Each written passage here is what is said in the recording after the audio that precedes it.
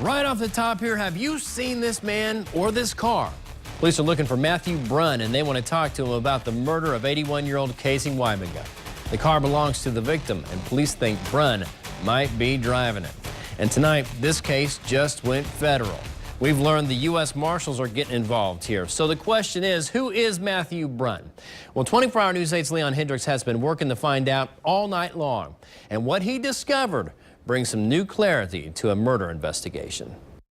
Matthew Robert Brunn, at 29, has a rap sheet with a list of crimes. A common thread among them, they all involve him taking things that don't belong to him. A stolen car, fraudulent checks, and 2 armed robberies are among the convictions on his Michigan record, a record that dates back to 2004. One telling conviction, his last, when Brunn robbed a man in downtown Grand Rapids. The victim tells us that Brunn was homeless, so he'd been helping him from time to time, giving him a few bucks. One day, he allowed Brunn to come up to his downtown apartment.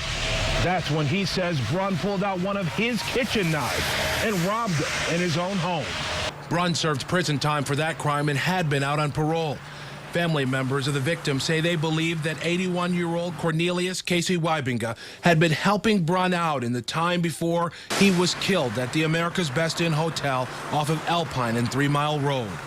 Investigators have stopped short of calling Brunn a suspect, but Walker police tell us they do believe he may be in Weiminga's Ford crossover SUV, one that looks just like this one. The last listed address we could find for Brunn took us to the Mel Trotter Ministries building downtown. No one there said they'd seen him anytime recently. Attempts to find any local family members for Brunn were unsuccessful tonight.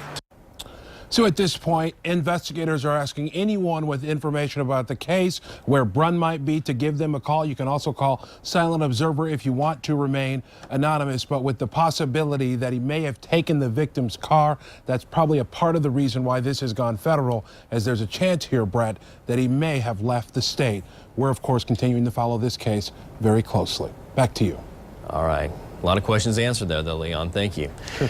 The loss of 81-year-old Casey Weiminga, a big one. We've talked to him before about the huge impact he had on the Hartside neighborhood in downtown Grand Rapids. He was the one-time owner at Casey's Place. That's a restaurant on South Division. And he often tried to help people who had fallen on rough times. He was the type of person that felt that no one should be hungry, that no one should be cold, you know, that if anybody be in need, they should be taken care of, you know, by any means necessary. And that's what he did for me. Can you understand how somebody could do this? Absolutely not. Absolutely not. How could anybody do something like that to somebody that's, you know, of Casey's nature? Well, here's one more look at Brunn and the vehicle that's missing. License plate CEV 8669. If you see it, call police.